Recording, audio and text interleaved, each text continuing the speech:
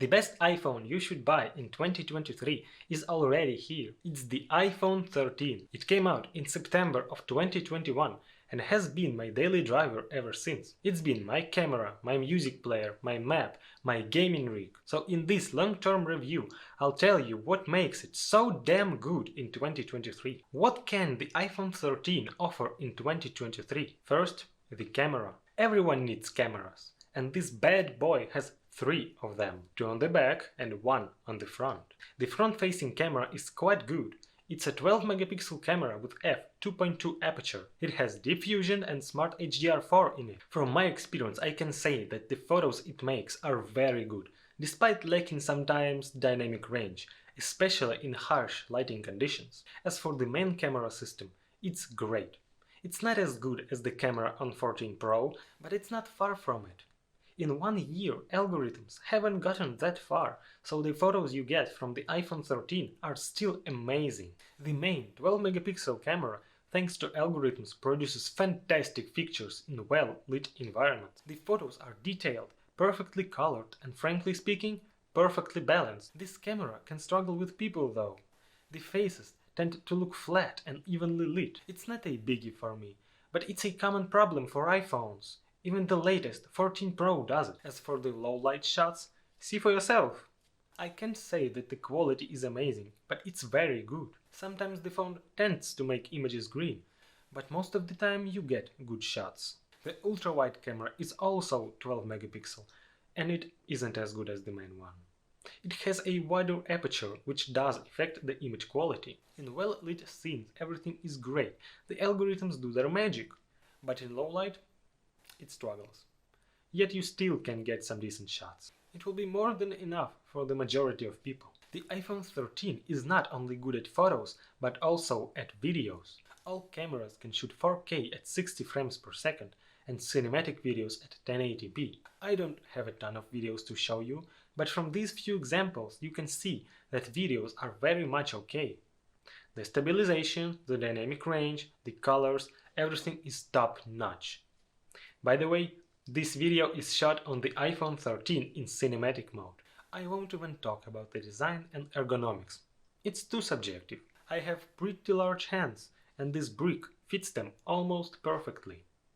Yet it's a tiny bit too big for my taste. I find older 5.8-inch models slightly more ergonomic. Also, the phone looks exceptionally great in white. I would advise you to check it in the store first to really get the sense of size and feel. Another part you need to check in person is the display.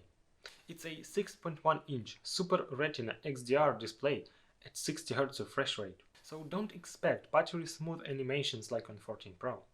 But the fluidity of the iOS itself easily makes up for that. I've had no issues with this display.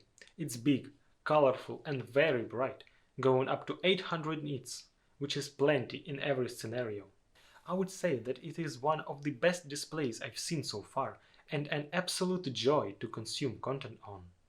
The next part that you may worry about is the performance. The A15 and 4 gigs of RAM are more than enough for anything.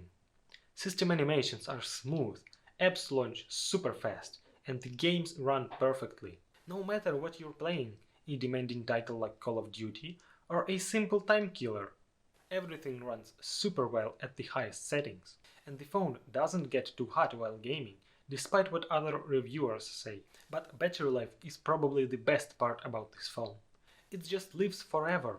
You can charge it in the morning and the next day it will still have 30 or even 40% left. It all depends on your usage, of course.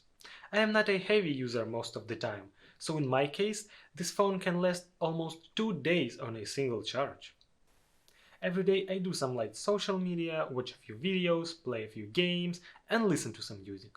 Basic stuff. Plus, after over 1.5 years of use and often irregular charging, the phone still has 93% battery health, which I simply find amazing. There's another small thing I wish to add. I just love the original accessories. The leather case is super durable and looks really well even after all the abuse it's been through. And the leather wallet? Let's just admire for a second how good this combo looks. White glass and brown leather are perfect together, and a wallet plus dark case combo is not far behind in terms of looks. Apple's accessories are really something you need to get. What I like about this phone is how perfectly balanced it is. It has a great set of cameras, impressive battery life, top-notch display, and still manages to be affordable. Apple sells it for $699 new, but it's a bit too much. You can easily find it new or refurbished on Amazon for as low as $568. I think it's an absolute bargain. I don't think there is a better deal right now. There is a lot left to say about this phone, so if you want to know more, subscribe to the channel, because soon I'll be releasing a much bigger video covering every aspect of iPhone purchases. Anyway, thank you for watching and see you in the next one.